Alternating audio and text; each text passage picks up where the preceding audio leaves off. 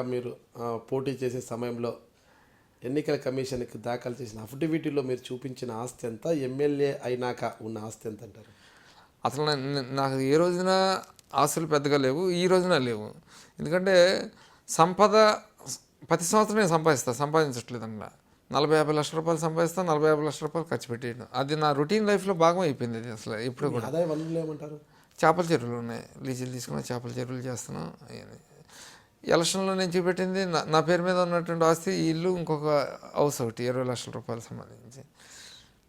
నేను ఎలక్షన్లో కూడా ఓపెన్గా చెప్పా, ప్రజలకు పబ్లిక్ మీటింగ్లో కూడా చెప్పా, నా దగ్గర డబ్బులు లేవు. మీరు నా స్పీచ్ అంటే కూడా బ్రహ్మాండంగా ఆ రోజు ఎలక్షన్ స్పీచ్ అంటే నేను గత ఎలక్షన్లో ఏం జరిగిందంటే పేదవాళ్ళ పథకాలు కూడా గత పాలకులు తప్పు చేయకపోయినా నా దగ్గర ఉన్న మనిషి డబ్బులు వసూలు చేసిన నాకు తెలియదు అంటాను కుదరదు.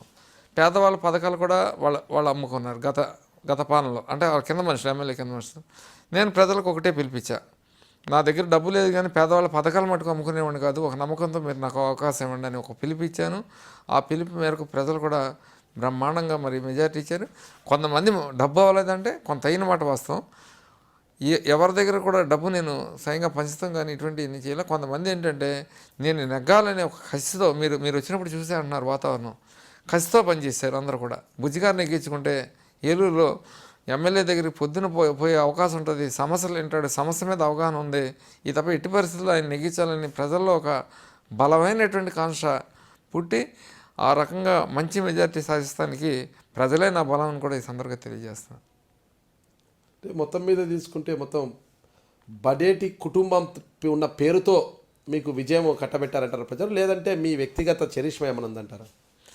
నా ఫ్యామిలీ బ్యాక్గ్రౌండ్ అనుకుంటున్నాను నేను, దాన్ని కాపాడుకుంటాం నా ప్లస్ పాయింట్, దాంట్లో అనుమానం లేదు.